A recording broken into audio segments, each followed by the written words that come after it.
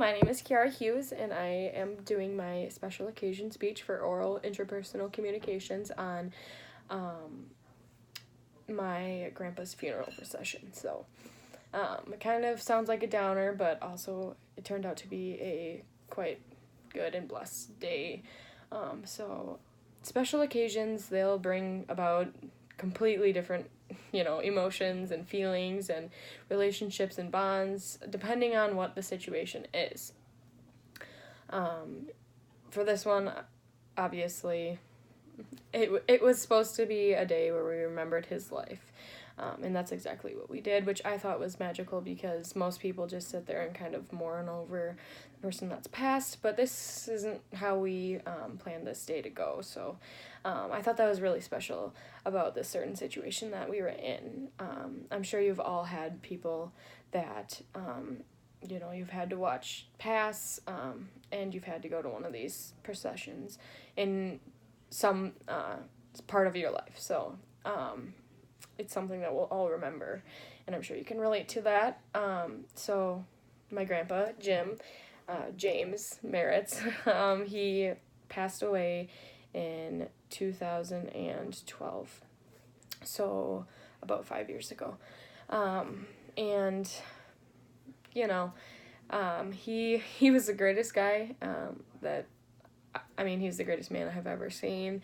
I had so much respect for him. I had learned how to love and how to laugh and how to take the best out of every situation and how to work and be so motivated. All these things from just this one person. And there were successes from this day. It wasn't just a failure. It wasn't just a day of mourning. There were successes and there was pros and cons to it. And we'll kind of get into that later. And then I'll kind of explain to you how it looked, what it felt like, all those things. There were funny things said at a funeral, this funeral, even though you wouldn't expect that, there was, because that's the kind of person he was. He was a joker. So a little insight I want to share with you as well, because you won't be able to really understand what exactly I'm talking about unless you know the kind of person he was. So we'll get into that first, I guess. So my grandpa was he went through the Vietnam War. He was in that. And then he came home, and, it's always rough after they come home. So he went through a hard time, and he grew so much as a person. And then, just when he thought it was over, he went out hunting one day, and he fell out of his tree stand, and he was paralyzed for the rest of his life.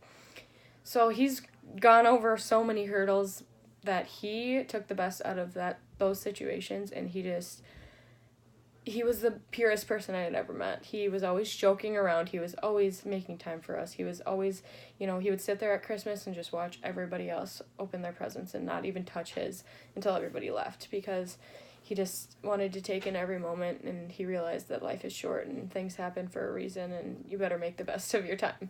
And he was, like I said, he was always joking, so keep that in mind for later when I tell you a little story. So the funeral was a success. So how it kind of happened, I'll get into that first.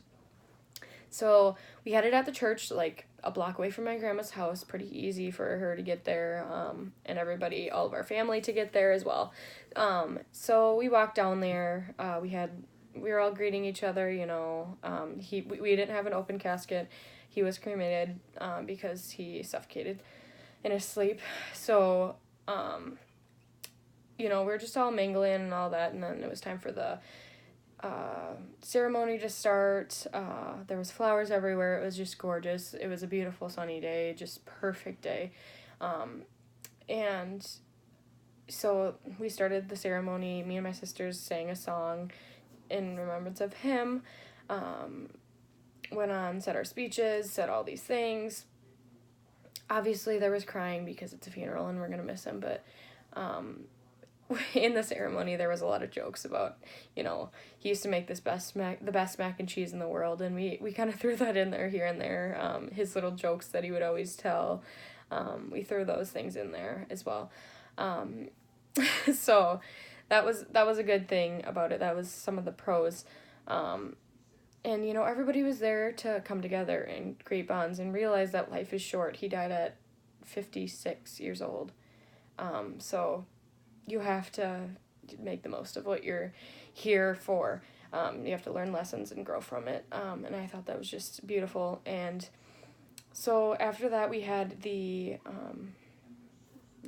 where they shoot. I'm not exactly sure what it's called, just because, it's the first time I'd ever seen it. But when the people from the military or army come in and they shoot their rifles, the something salute, the gun salute.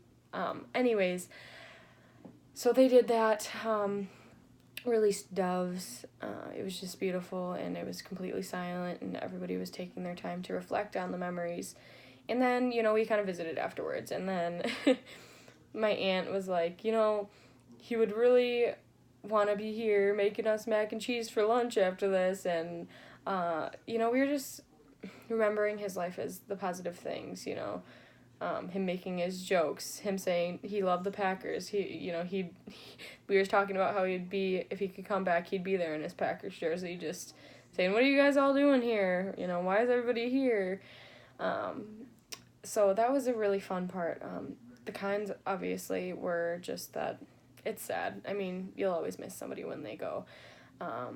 So overall, it was just a beautiful experience in general, and I just had the best time of my life, remembering him, and that made my bond and my connection to him so strong. Even when he's gone, I still, call me crazy, but I still talk to him, and I still feel like he's here just guiding me where I need to go. And he taught me so many life lessons that I will always take with me for the rest of my life. So when you're in a hard time, or when you're in these certain situations like this, just remember to always make it the best.